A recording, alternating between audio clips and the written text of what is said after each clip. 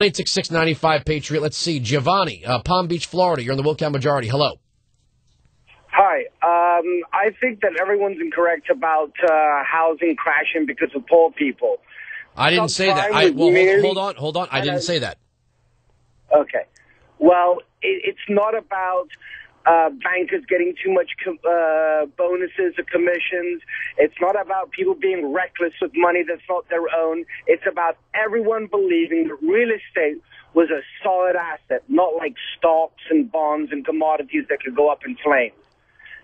Subprime was merely the straw that broke the camel's back, but that back was laden with tons and tons of debt on real estate because everyone believed that real estate was going to go up. And but society followed the signals from government. The government, as far back as the 70s, sir, hold on. As far back as the 70s, the government began programs that began using the regulatory agencies to dictate the businesses of the banks. The banks began lending money to people they never would have lent it to, and then they created things like Fannie and Freddie to say, you don't have a real responsibility here, government has responsibility. Okay. And then when you saw people whose value, their real estate value started going up, they started using that money, they started spending that money before the sale of the home. Okay, supposing you're right. I'm not supposing, I am right. You may be wrong. No, I'm not wrong. The realm of possibilities that you're wrong. Well, just one question. For me to be wrong, sir, hold on, Giovanni. For me to be wrong, there would have to be no such thing as Fannie and Freddie, and no such thing as the FHA, and no such thing as the Community Reinvestment Act for me to be wrong. Okay, supposing that you're slightly wrong then. No.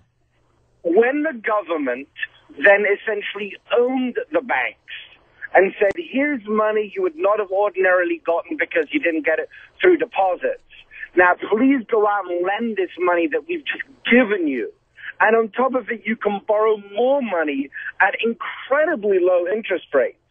Why did these banks, now that they're practically owned by the government, why did the banks not go lend money? Quite simply, because the banks were just as henny-penny and pessimistic about the economy and the real estate market. But the banks weren't operating. Banks don't operate on authority, sir.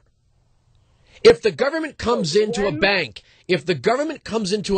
and says, here, we want you to lend money to more people than you would normally lend to, and based on capital you don't have, we'll back your loans with government GSEs.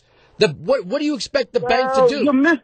You're misinterpreting. No, I'm not misinterpreting anything, sir. The only pollutant in an organic economy is the government. Okay, the government merely created an incentive, a manner in which... That's not the government's job, sir. Limited. All right, do me a favor, because I got other calls to get to. Where in the Constitution of the United States of America would the federal government have this authority? It doesn't have the authority. Okay, thank you very much for the call. That's the answer. It doesn't have the authority, and it did it anyway. Let's see.